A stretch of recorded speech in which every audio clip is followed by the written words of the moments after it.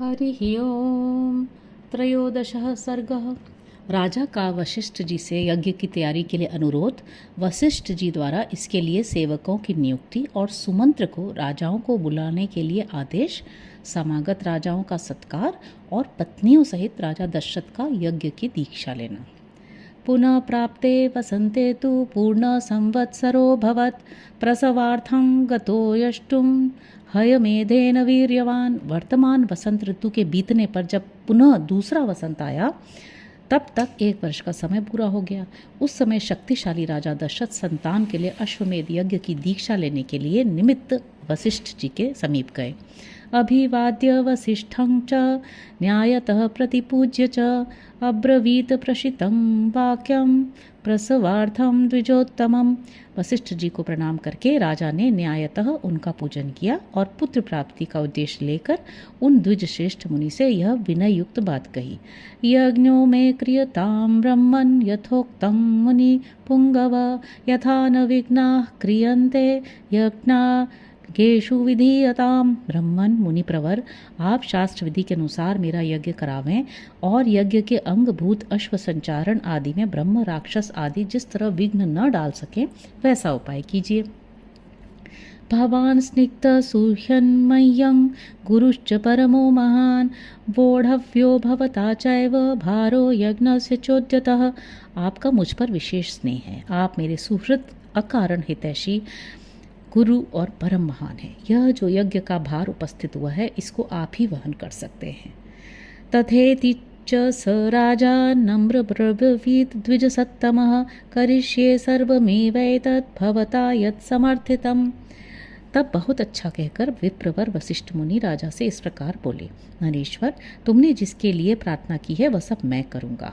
ततो ब्रवीद द्विजान वृद्धान यज्ञ कर्म सुनिष्ठितान स्थापत्ये निष्ठितांश्चैव वृद्धान परम धार्मिकान कर्मान्तिकान् शिल्पकारान् वर्धकीन् खनकानपि गणकान् शिल्पिनश्चैव तथैव नर्तकान् तथा शुचीन् शास्त्रविद पुरुषान् सुबहुश्रुतान् यज्ञकर्मसमीहन्तां भवन्तो राजशासनात्। तदनंतर वशिष्ठ जी ने यज्ञ संबंधी कर्मों में निपुण और यज्ञ विषयक शिल्प कर्म में कुशल परम धर्मात्मा बूढ़े ब्राह्मणों, यज्ञ कर्म समाप्त होने तक उसमें सेवा करने वाले सेवकों, शिल्पकारों, बढ़ई, भूमि खोदने वालों, ज्योतिषियों, कारीगरों, नटों, नर्तकों, विशुद्ध शास्त्र वेत्ताओं तथा बहुश्रुत पुरुषों को बुलाकर उनसे कहा, तुम लोग महाराजा की आज्ञा से यज्ञ कर्म के लिए आवश्यक प्रबंध करो। इष्ट का बहुसाहस्त्री शीघ्रमानीयतामिति उपकार्याः क्रियन्तां च राज्ञो बहुगुणान्विताः। शीघ्र ही कई हजार ईंटें लाई जाए। राजाओं के ठहरने के लिए उनके योग्य अन्नपान आदि अनेक उपकरणों से युक्त बहुत से महल बनाए जाएं। ब्राह्मणावस्थाश्चैव कर्तव्याः शतशः शुभाः, भक्ष्यान्नपानैर्बहुभिः समुपेताः सुनिष्ठिताः। ब्राह्मणों के लिए भी सैकड़ों सुंदर घर बनाने चाहिए। वे सभी घर बहुत से भोजनीय अन्नपान आदि उपकरणों से युक्त तथा आंधी पानी आदि के निवारण में समर्थ हों। तथा पौरजनस्यापि कर्तव्याश्च सुविस्तराः, आगतानां सुदूराच्च पार्थिवानां पृथक पृथक। इस तरह पूर्ववासियों के लिए भी विस्तृत मकान बनने चाहिए। दूर से आए हुए भूपालों के लिए पृथक पृथक महल बनाए जाए। वाजिवारणशालाश्च तथा शय्या गृहिणी च भटानां महदावासा वैदेशिक निवासिनां। घोड़े और हाथियों के लिए भी शालाएं बनाई जाएं। साधारण लोगों को सोने के लिए भी घरों की व्यवस्था हो। विदेशी सैनिकों के लिए भी बड़ी बड़ी छावनियां बननी चाहिए। आवासा बहुभक्ष्या वै सर्वकामैरुपस्थिता, तथा पौरजनस्यापि जनस्य बहुशोभनं दातव्यमन्नं विधिवत् सत्कृत्य न तु लीलया। जो घर बनाए जाएं उनमें खाने पीने की प्रचुर सामग्री संचित रहे, उनमें सभी मनोवांछित पदार्थ सुलभ हों तथा नगरवासियों को भी बहुत सुंदर अन्न भोजन के लिए देना चाहिए। वह भी विधिवत सत्कार पूर्वक दिया जाए, अवहेलना करके नहीं। सर्वे वर्णा यथा पूजां प्राप्नुवन्ति सुसत्कृता, न चावज्ञा प्रयोक्तव्या काम क्रोधवशादपि। ऐसी व्यवस्था होनी चाहिए जिससे सभी वर्ण के लोग भली भांति सत्कृत हो सम्मान प्राप्त करें। काम और क्रोध के वशीभूत होकर किसी का भी अनादर नहीं करना चाहिए। यज्ञ कर्मसु ये व्यग्राः पुरुषा शिल्पिनस्तथा तेषामपि विशेषेण पूजा कार्या यथाक्रमम्। जो शिल्पी मनुष्य यज्ञ कर्म की आवश्यक तैयारी में लगे हों उनका तो बड़े छोटे का ख्याल रखकर विशेष रूप से समादर करना चाहिए।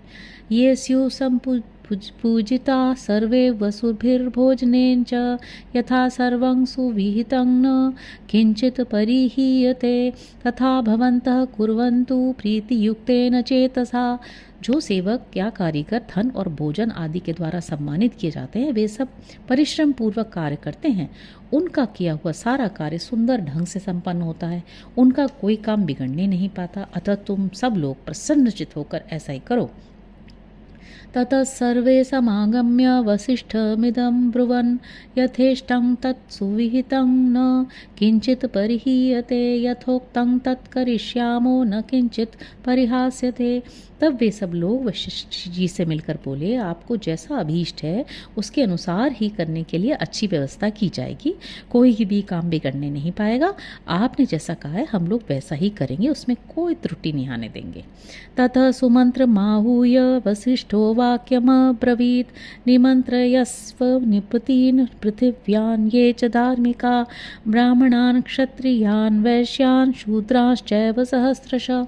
तदनंतर वशिष्ठ जी ने सुमंत्र को बुलाकर कहा, इस पृथ्वी पर जो जो धार्मिक राजा ब्राह्मण क्षत्रिय वैश्य और सहस्रों शूद्र हैं उन सबको इस यज्ञ में आने के लिए निमंत्रित करो। समानयस्व सत्कृत्य सर्वदेशेषु मानवान् मिथिलाधिपतिं शूरं जनकं सत्यवादिनं तमानय महाभागं स्वयमेव सुसत्कृतं पूर्वं संबंधिनं ज्ञात्वा ततः पूर्वं ब्रवीमिते। सब लोगों के अच्छे लोगों को सत्कार पूर्वक यहाँ ले आओ। मिथिला के स्वामी शूरवीर महाभाग जनक सत्यवादी नरेश है। उनको अपना पुराना संबंधी जानकर तुम स्वयं ही जाकर उन्हें बड़े आदर सत्कार के साथ यहाँ ले आओ। इसलिए पहले तुम्हें ये बात बता देता हूँ। तथा काशीपतिं स्निग्धं सततं प्रियवादिनं सद्वृतं देव संकाशं स्वयमेवानयस्वः। इसी प्रकार काशी के राजा अपने स्नेही मित्र हैं और सदा प्रिय वचन बोलने वाले हैं। वे सदाचारी तथा देवताओं के तुल्य तेजस्वी हैं, अतः उन्हें भी स्वयं जाके लेके आओ। तथा केकय राजानं वृद्धं परमधार्मिकं श्वशुरं राजसिंहस्य सपुत्रं तमिहानये। यह केकय देश के बूढ़े राजा बड़े धर्मात्मा है। वे राजसिंह महाराज दशरथ के श्वशुर हैं, अतः उन्हें भी पुत्र सहित यहाँ ले आओ। अंगेश्वरं महेश्वासं रोमपादं सुसत्कृतं वयस्यं राजसिंहस्य सपुत्रं तमिनाहानय। अंग देश के स्वामी महाधनुर्धर राजा रोमपाद हमारे महाराज के मित्र हैं, अतः उन्हें पुत्र सहित यहाँ सत्कार पूर्वक ले आओ। तथा कोसल राजानं भानुमन्तं सुसत्कृतं मगधाधिपतिं शूरं सर्वशास्त्र विशारदं प्राप्तिज्ञं परमोदारं सत्कृतं पुरुषर्षभं।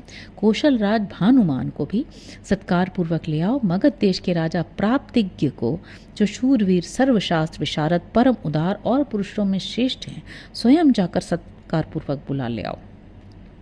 राज्ञ शासनमादाय चोदयस्व नृपर्षभान् प्राचीनान् सिंधु सौवीरान् सौराष्ट्रेयांश्च पार्थिवान्। महाराज की आज्ञा लेकर तुम पूर्व देश के श्रेष्ठ नरेशों तथा सिंधु सौवीर एवं सौराष्ट्र देश के भूपालों को यहाँ आने के लिए निमंत्रण दो। दाक्षिणात्यान नरेन्द्राश्च समस्तानानयस्वः सन्ति स्निग्धाश्च ये चान्ये राजान पृथिवीतले तानानय यथा क्षिप्रं सानुगान् सह बन्ध्वान् एतान् दूतैर्महाभागैरानयस्व नृपाज्ञया। दक्षिण भारत के समस्त नरेशों को भी आमंत्रित करो। इस भूतल पर और जो भी नरेश महाराज के प्रति स्नेह रखते हैं उन सबको सेवकों और सगे संबंधियों सहित यथासंभव शीघ्र बुला लो। महाराज की आज्ञा से बड़भागी दूतों द्वारा इन सब के पास बुलावा भेज दो। वसिष्ठवाक्यं तच्छ्रुत्वा सुमन्त्रत्वरितं तदा व्यादिशत् पुरुषांस्तत्र राज्ञा मानयने शुभान। वशिष्ठ का यह वचन सुनकर सुमंत्र ने तुरंत ही अच्छे पुरुषों को राजाओं की बुलाहट के लिए जाने का आदेश दे दिया। स्वयमेव हि धर्मात्मा प्रयातो मुनिशासनात् सुमंत्रस्त्वरितो भूत्वा समानेतुं महामतिः। परम बुद्धिमान धर्मात्मा सुमंत्र वशिष्ठ मुनि की आज्ञा से खास राजाओं को बुलाने के लिए स्वयं ही गए। ते च कर्मान्तिका सर्वे वसिष्ठाय महर्षये सर्वं निवेदयन्ति स्म यज्ञे यदुपकल्पितम्। यज्ञ कर्म की व्यवस्था के लिए जो सेवक नियुक्त किए गए थे उन सब ने आकर उस समय तक यज्ञ संबंधी जो जो कार्य संपन्न हो गया था उस सब की सूचना महर्षि वशिष्ठ को दे दी। ततः प्रीतो द्विज श्रेष्ठस्तान् सर्वान् मुनिरब्रवीत् अवज्ञया न दातव्यं कस्य चिल्लीलयापि वा अवज्ञया कृतं हन्या दातारं नात्र संशयः। यह सुनकर वे द्विज श्रेष्ठ मुनि बड़े प्रसन्न हुए और उन सब से बोले, भद्र पुरुषों, किसी को जो कुछ देना हो उसे अवहेलना या अनादर पूर्वक नहीं देना चाहिए, क्योंकि अनादर पूर्वक दिया हुआ दान दाता को नष्ट कर देता है, इसमें संशय नहीं है। ततः कैश्चित् होरात्रैरूप याता महीक्षिता बहूनि रत्नान्यादाय राज्ञो दशरथस्य। तदनंतर कुछ दिनों के बाद राजा लोग महाराज दशरथ के लिए बहुत से रत्नों की भेंट लेकर अयोध्या में आए। ततो वसिष्ठ सुप्रीतो राजान्मिदम ब्रवीत् उपयाता नर व्याघ्र राजा नस्तव शासनात् मयापि सत्कृता सर्वे यथार्हं सराजसत्तम। इससे वशिष्ठ जी को बड़ी प्रसन्नता हुई। उन्होंने राजा से कहा, पुरुष सिंह, तुम्हारी आज्ञा से राजा लोग यहाँ आ गए। नृपश्रेष्ठ, मैंने भी यथा योग्य उन सबका सत्कार किया है। यज्ञियं च कृतं सर्वं पुरुषैः सुसमाहितैः निर्यातु च भवान् यष्टुं यज्ञाय तन्मन्तिकात्। हमारे कार्यकर्ताओं ने पूर्णतः सावधान रहकर यज्ञ के लिए सारी तैयारी की है। अब तुम भी यज्ञ के लिए यज्ञ मंडप के समीप चलो। सर्वकामैर्रूपैरुतैरूपेतं वै समन्ततः द्रष्टुमर्हसि राजेंद्र मनसेव विनिर्मितम्। राजेंद्र, यज्ञ मंडप में सब ओर सभी वांछनीय वस्तुएं इकट्ठा कर दी गई हैं। आप स्वयं चलकर देखें, यह मंडप इतना शीघ्र तैयार किया गया मानो मन के संकल्प से ही बन गया हो। तथा वसिष्ठ वचनादृश्य शृंगस्य चोभयोः दिवसे शुभ नक्षत्रे निर्यातो जगतीपतिः। मुनिवर वशिष्ठ तथा ऋष्यशृंग दोनों के आदेश से शुभ नक्षत्र वाले दिन को राजा दशरथ यज्ञ के लिए राजभवन से निकले। ततो वसिष्ठ प्रमुखाः सर्व एव द्विजोत्तमाः ऋष्यशृंगं पुरस्कृत्य यज्ञ कर्मारभस्तदा यज्ञवाटं गता सर्वे यथा शास्त्रं यथा विधि श्रीमांश्च सपत्नीभिः राजा दीक्षामुपाविशत्। तत्पश्चात वशिष्ठ आदि सभी श्रेष्ठ द्विजों ने यज्ञ मंडप में जाकर ऋष्यशृंग को आगे करके शास्त्रोक्त विधि के अनुसार यज्ञ कर्म का आरंभ किया। पत्नियों सहित श्रीमान अवध नरेश ने यज्ञ की दीक्षा ली। इत्यार्षे श्रीमद् रामायणे वाल्मीकि आदि काव्ये बालकांडे 13 सर्गः। इस प्रकार श्री वाल्मीकि निर्मित आर्ष रामायण आदि काव्य के बालकांड में 13वां सर्ग पूरा हुआ। हरि ओम।